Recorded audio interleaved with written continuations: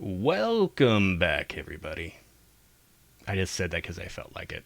It's been a while since I've been on radio. It feels good to say welcome back, but this is just a review for Black Widow. Really, for some people, the first movie they've seen since COVID restrictions have eased. It's been a year and a half since I've really reviewed a film, and I'm glad I started with Black Widow.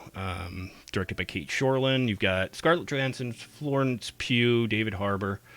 Man, I was so surprised by this film. You're going to enjoy it. Let me not spoil the lead, and let's get right into the review.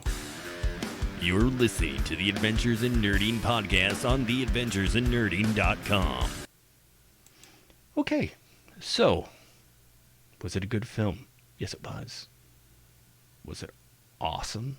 Like, totally awesome? Like, worth seeing? Of course it is. Is there any complaints I have? Spoiler-free review here. It is, like most Marvel films, a setup for something else.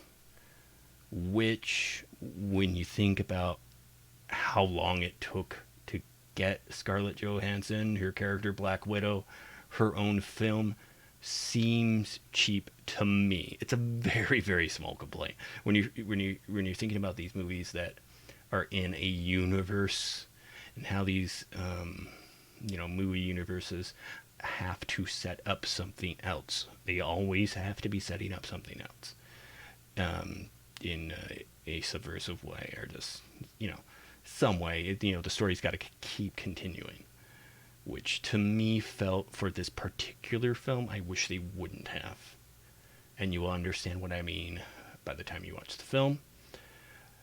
But I gotta say, Florence Pugh, Scarlett Johansson, they all did a wonderful job with this movie. Let's see here. Rachel Weisz was super freaking awesome. I mean, everyone, the action sequences were spot on, wonderful. Locations, fantastic. What else can I say? It's not going to blow you away with dialogue and stuff like that. Let's not, put it too high up there. It's not a 5 out of 5. I'd give it a 4 out of 5. But that's on my nerdy scale. Like, I don't give superhero films anything below a 3 normally.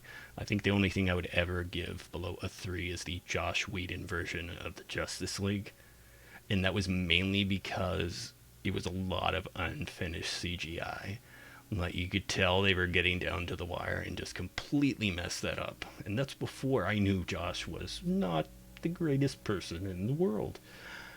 But let's see here. I just want to see if there's anything else I want to cover. Looking over at my information about this film, and there's nothing much else. I think everyone who's into the Marvel universe is going to enjoy this.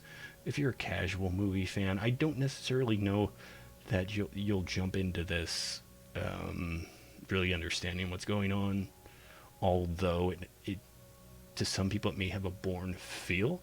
To me, it doesn't. It doesn't have those quick jump cuts and stuff like that. The jump cuts. For a while we all thought, oh, that's really cool, and then we figured out, oh, it's to cover up a really slow actor in fighting to make it look cool.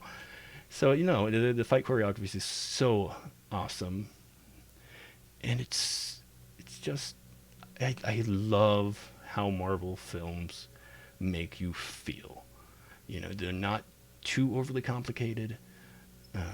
You're gonna walk away wanting to see more, which is a good thing.